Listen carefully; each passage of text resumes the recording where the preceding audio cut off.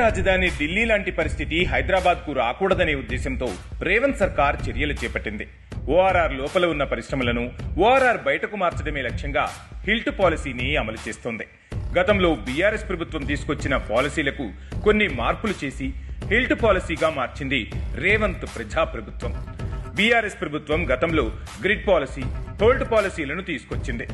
హైదరాబాద్ తో పాటు పరిసర ప్రాంతాల్లో పరిశ్రమలకు కేటాయించిన దాదాపు 9,292 ఎకరాల భూములకు ఫ్రీ హోల్డ్ హక్కులు కల్పించడమే లక్ష్యంగా ఆనాటి ప్రభుత్వం ఈ పాలసీలు తెచ్చింది. అయితే లోపభూయిష్టంగా ఉన్న ఆ పాలసీలతో ప్రభుత్వానికి 574 కోట్ల ఆదాయమే వచ్చింది. బయటి మార్కెట్లో భారీ ధరలు ఉన్న కన్వర్షన్ ద్వారా ఎకరానికి 12 లక్షలు మాత్రమే ఆదాయం వచ్చింది.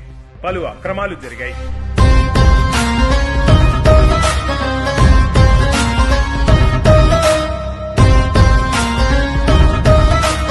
లోపాలను సరిదిద్దేందుకు రేవంత్ రెడ్డి ప్రభుత్వం పూర్తిస్థాయి సమీక్ష కోసం సబ్ కమిటీని నియమించింది.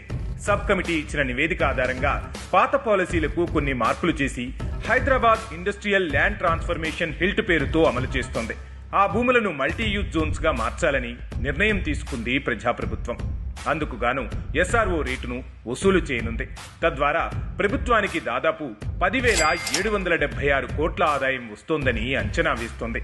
మెట్రో రైల్ విస్తరణ కావచ్చు, మూసీ రివర్ డెవలప్మెంట్ ప్రాజెక్టు కావచ్చు, రీజనల్ రింగ్ రోడ్ కావచ్చు, రేడియల్ రోడ్స్ కావచ్చు, హైదరాబాద్ నగరానికి తాగునీటి సమస్యను తీర్చడానికి కృష్ణా గోదావరి జలాల తరలింపు కావచ్చు, హైదరాబాద్ ను పట్టి పీడిస్తున్న కాలుష్యాన్ని తొలగించి ట్రాఫిక్ సమస్యను తగ్గించడానికి నగరం బయటకు తరలించి హైదరాబాద్ నగరంలో సివరేజ్ ట్రీట్మెంట్ ప్లాంట్స్, వీటన్నిటిని కూడా ఒక ప్రణాళికబద్ధంగా అభివృద్ధి చేయాలని ప్రణాళికలు సిద్ధం చేసుకున్నారు. రేవంత్ రెడ్డి ప్రభుత్వం తెచ్చిన హిల్ట్ పాలసీపై సర్వత్రా హర్షం వ్యక్తమవుతోంది. ఎందుకంటే ఢిల్లీలో వాయు కాలుష్యం ప్రమాదకర స్థాయిని దాటింది. ప్రజలు నివసించలేని పరిస్థితి దాపురించింది. హైదరాబాద్ లోనూ కొన్ని పారిశ్రామిక ప్రాంతాల్లో కాలుష్యం విపరీతంగా పెరిగింది. భవిష్యత్తులో ఢిల్లీ లాంటి పరిస్థితి మన హైదరాబాద్ కు రాకూడదన్న ముందు చూపుతో రేవంత్ ప్రజాప్రభుత్వం హిల్ట్ పాలసీని అమలు చేస్తూ ముందుకు సాగుతోంది.